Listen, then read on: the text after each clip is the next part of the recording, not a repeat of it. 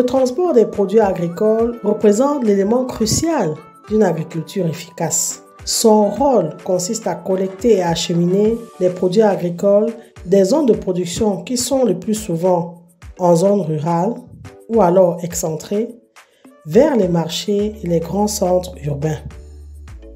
C'est le maillon clé, l'élément de base qui va permettre au consommateur final d'avoir à sa disposition les produits agricoles.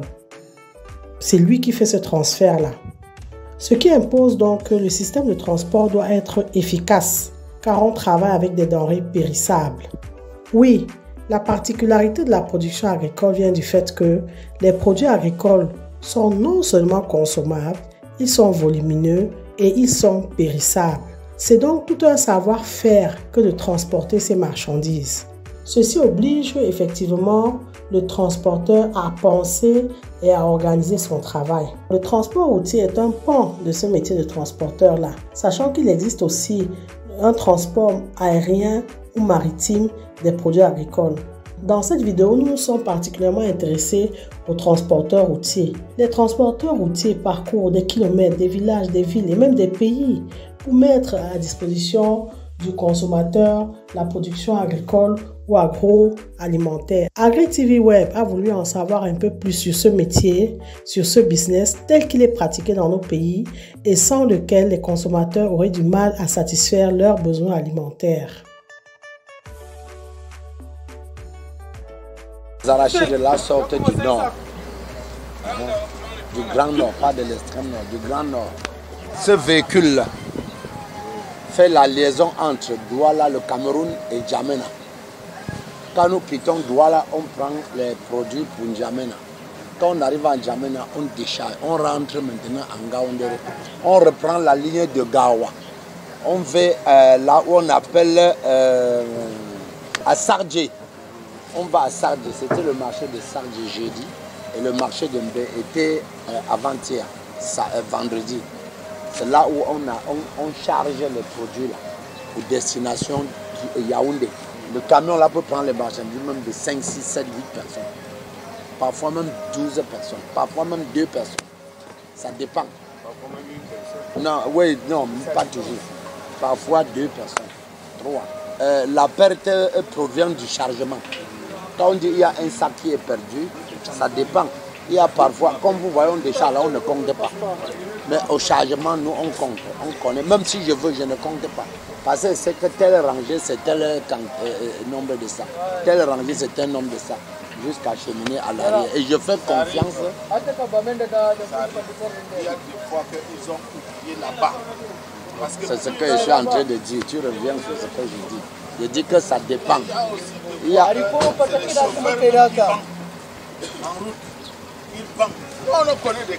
ces chauffeurs qui vendent là sont des pauvres chauffeurs. Moi, je suis un patron. Quand la marchandise arrive, il y a des fois que là-bas, on appelle au nord. On dit que là-bas, il n'y a pas un sac qui reste. Vous comprenez, non? Mais arrivé ici, on compte aussi 2 sacs manquent. Donc, qui avance? C'est le chauffeur. Lui-même, il dit qu'il y a des charlatans parmi eux.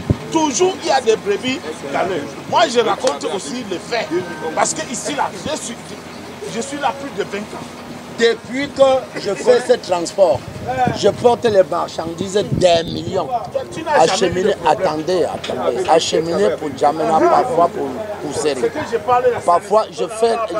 Parfois je suis au Congo, parfois je suis en Centrafrique, parfois je suis au Tchad.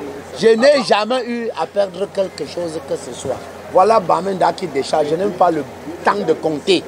Parce que c'est que d'abord je lui fais confiance. Vous comprenez? Je lui fais confiance. Rien ne peut se perdre. Depuis qu'il vient de charger ici, là, hein? Je préfère lui payer cher pour qu'il assume bien cette marchandise-là. Que de faire le déchargement à la fin, tu dis attends, merci, ça a fait. Il y a d'autres qui ne passer la famine. Ils arrivent même ici, là, tu comprends, non, à l'entrée, là. Les Nangaboko portent les sacs. Ils arrivent ici, les sacs manquent. Le petit-ci, demandez-lui. On est parti récupérer 3 à 4 sacs là-bas, dans le tout. Donc, si les Nangaboko portent les sacs, c'est parce que leur véhicule n'est pas sécurisé. Viens voir. Je suis d'accord avec toi. Attends, c'est ça. Ça là, ce n'est pas le blanc qui a mis. c'est ma fabrication à moi. Vous comprenez? Quand je charge plein là, je ferme, je passe ça là, ici. Quand un patron paye mal son chauffeur, le chauffeur doit être un voleur. S'il détourne un sac dans ce camion, un sac coûte dans l'ordre de 70 000 francs. Et le transport de là où nous sortons pour ici, c'est 2500 francs le sac. Qu'on paye un sac de machin. Alors s'il détourne un sac, il va... Hein? Non, pas que peu importe l'endroit. Il y a les endroits de 2000, de 2500, 3000. Ça dépend. Même jusqu'à 4000 francs. Ça dépend de la distance et du marché. Alors s'il détourne un sac, il vend, on va couper dans la recette. Et dans cette recette qu'il doit faire le versement à son patron, le patron ne connaît pas quelle quantité de marchandises il a transporté. Vous comprenez? Maintenant, ça va jouer sur lui. S'il enlève un sac pour vendre en roulant, il ne peut pas vendre au prix du marché. C'est à perte. Hein? Bon, maintenant, quand il vend peut-être un sac qu'on vend ici à 70 000 à 40 000 francs, vous voyez combien ça perd. Et maintenant, ça joue dans sa recette. Non, moi, je fais aller-retour, parfois 7 jours, parfois 6, 7, 8 jours. Aller et retour. Non, chez moi, la route n'est pas mauvaise. La route que je circule n'est pas mauvaise. Mon côté que je voyage. Mais la route qui est mauvaise, c'est la route de l'extrême nord. Gaoundéré, Garoua, c'est impraticable. Maintenant, Mora Kousseri, c'est le calvaire que vous voyez même parfois à la télé. Et ce n'est pas mon côté là-bas. Moi, je quitte Douala pour Gaoundéré. Gaoundéré, je prends par Touboro frontière. Hein? Vous comprenez un peu? Oui, et c'est goudronné jusqu'à moins 60 km de non goudronné. Mais le président tchadien, il a mis un groupe de Chinois qui sont en train de réhabiliter cette route. C'est comme ça. Et c'est non goudronné comme ça. Même quand il pleut, on racle à l'immédiat. Parfois en saison de pluie, comme c'est la saison de pluie, s'il y a un petit soleil, vous allez rouler, c'est la poussière qui se lève. Parce qu'on travaille ce côté-là. Et ça fait que le trafic soit un peu plus dans de ce côté-là que du côté de Kousseri.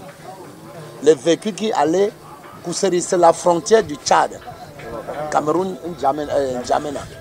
Vous me suivez? Et en passant par Touboro, comme je vous dis là, c'est plus loin.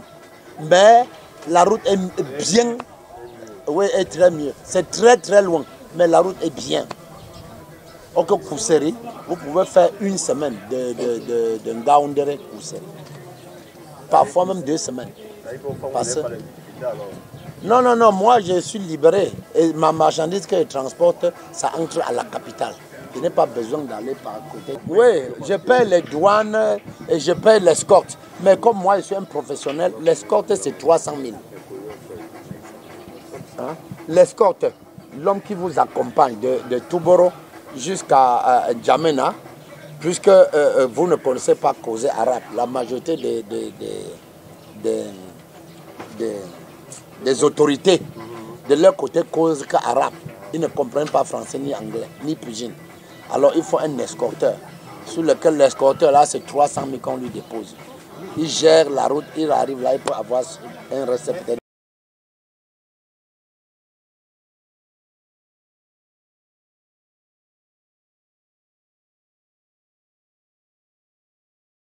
Ce n'est pas une seule personne qui charge la marchandise pour que ça arrive au marché.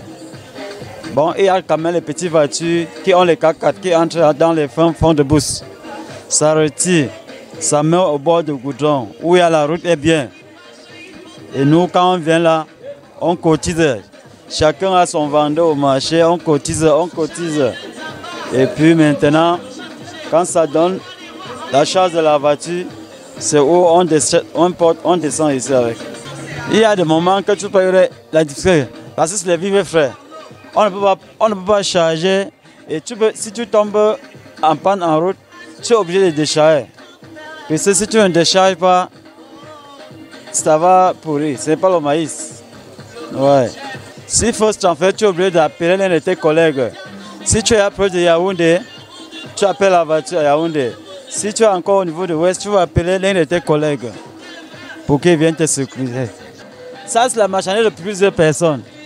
Chacun a son. Quelqu'un peut avoir même 10 sacs. L'autre peut avoir 20 sacs. L'autre peut avoir les paquets que tu vois là. L'autre peut avoir même 10 paquets. L'autre peut avoir 50. Entre-temps, il y a certains que les motos transportent. Et il y a certains que là, les voitures entrent, puisqu'il y a les endroits qui ne peuvent pas entrer jusqu'à arriver là-bas. Je peux entrer à un niveau, la route est mauvaise, je gare. Tout le reste maintenant, ça vient sur les motos et les K4, non? Les K4 là. On a souvent des difficultés, mais c'est rare. C'est que tu peux avoir crevaison. S'il y a un panne que tu ne peux pas dépanner, tu vas appeler une autre voiture, il va venir décharger. Puisqu'il y a souvent certains pannes sur les voitures, c'est que quand ça arrive, on met seulement la machine pour détecter la panne. Bon, parfois, tu peux faire même 1 semaine ou 2 semaines en route. Tu ne dois pas garer avec la marchandise pour attendre comme ça. Bon, quand c'est comme ça, tu vois le genre de panne là, si ça signale, parce que quand tu marches au tableau, ça lit. S'il y a une panne qu'on ne peut pas dépanner, mais au même moment, tu dois appeler l'autre voiture vient de charger. Entre-temps, tu appelles le technicien, il vient avec la machine. Quand il pose la machine, il va te détecter la panne. Bon, si c'est une pièce que trouver, ce n'est pas facile. Ça veut dire que tu as les jours à faire là-bas. Bon, c'est la seule difficulté que nous on a souvent. Au lieu que ça se gâte, tu décharges. Puisque c'est des millions de plusieurs personnes. Ce n'est pas une seule personne. Au lieu que ça se gâte, tu dépenses plus d'argent, mais ça arrive au marché. Pour que tu fais confiance aussi à tes clients. Puisqu'au moment que tu vas laisser gâter, on ne doit plus te charger. Tu vas faire comment? Tu vas garer ton camion, tu vas rester à la maison. Mais quand tu fais confiance à tes gens, tu te charges. Non, on a confiance à toi. À tout moment, on va t'appeler pour te charger.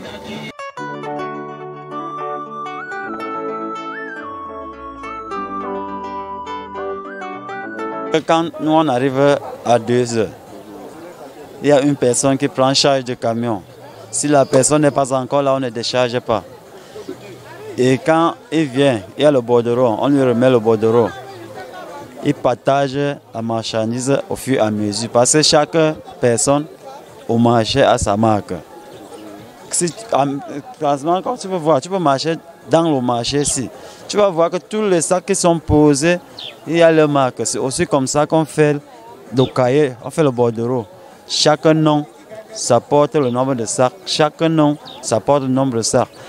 Dès qu'on finit de décharger, si on vérifie et qu'il n'y a pas manque, on te donne ton argent. Mais au moment où on vérifie qu'il y a manque, on va couper sur ton argent. C'est où quand on charge en bourse, on prend le temps de vérifier et confirmer avant de quitter. Puisque quand on arrive au marché, si on garde la personne là arrive aussi avant qu'on décharge. Puisque s'il n'est pas là, n'importe qui décharge comme il veut, les sacs peuvent s'égarer. Oui.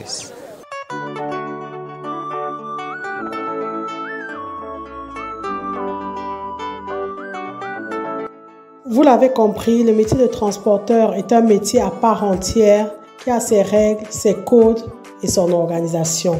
Lorsqu'on parle d'agriculture et des métiers agricoles ou du business dans le domaine agricole, il faut donc savoir que ceux qui sont chargés d'acheminer la marchandise d'une zone de production à une zone de consommation sont un pilier du système agricole. Pour ceux qui ne cultivent pas, qui ne transforment pas, qui ne vendent pas, vous pouvez être un maillon clé du système agricole de votre pays en étant un transporteur de la production agricole. Merci de liker, de commenter, de partager cette vidéo si vous pensez qu'elle vous a été utile ou qu'elle peut l'être à un autre agripreneur. Abonnez-vous à Agri TV Web et activez la cloche de notification si ce n'est encore fait pour ne pas manquer nos prochaines publications. Et rappelez-vous toujours et toujours que savoir est le point de départ, mais c'est agir qui fait et qui fera toujours toute la différence. Maintenant que vous savez, place à l'action.